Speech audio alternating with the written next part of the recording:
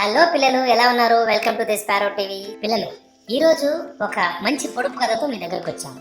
ఆ పొడుపు కథ నేను చెప్తాను, మీరు ఆ పొడుపు కథ విప్పే ప్రయత్నం చేయండి. లేకపోతే నేను చివరిలో ఆన్సర్ చెప్తాను. ఓకేనా పిల్లలు? ఇప్పుడు ఆ పొడుపు కథ ఏమిటో ఇప్పుడు చెప్తున్నాను, వినండి. తల నుండి పొగ చిమ్ముతూ ఉంటుంది, కానీ అది భూతం కాదు. కళ్ళు ఎర్రగా రాక్షసులాగా ఉంటాయి, కానీ రాక్షసుడు కాదు.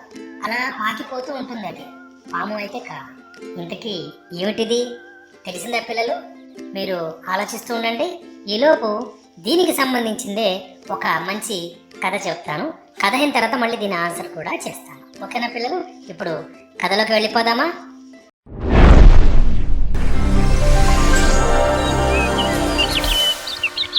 అదిగో చుక్ చుక్ చుక్ చుక్ చుక్ చుక్ అనే ట్రైన్ వెళ్తుందిరా, చూసారా?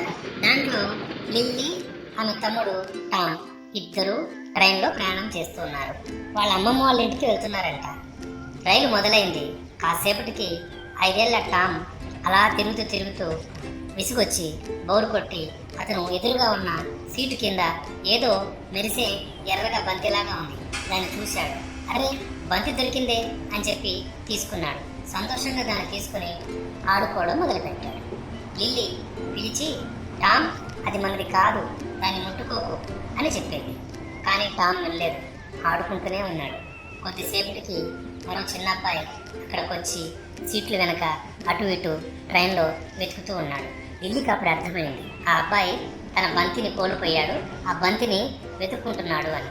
అప్పుడు ఇదంతా గమనించిన లిల్లీ టామ్ వాళ్ళ మమ్మీ పిలిచి, అరే టామ్, ఈ వస్తువు మనది కాదు కదా, ఇచ్చేయి, ఆ పిల్లాడు వెతుకుతున్నాడు, అతనిది.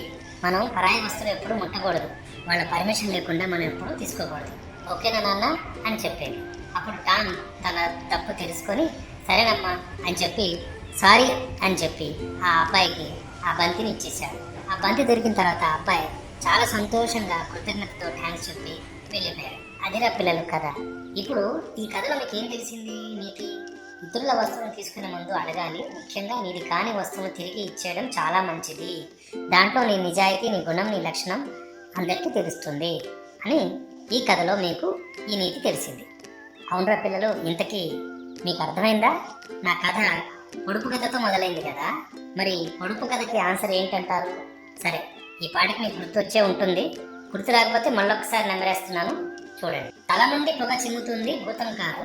కళ్ళు మాత్రం ఎర్రగా ఉంటాయి, రాక్షసుడు కాదు. పాకిపోతూ ఉంటుంది, పాము అయితే కాదు. ఇంతకీ ఏమిటది? ఈ పొడుపు కథకి జవాబు ఏమిటంటే ట్రైన్ అన్నమాట.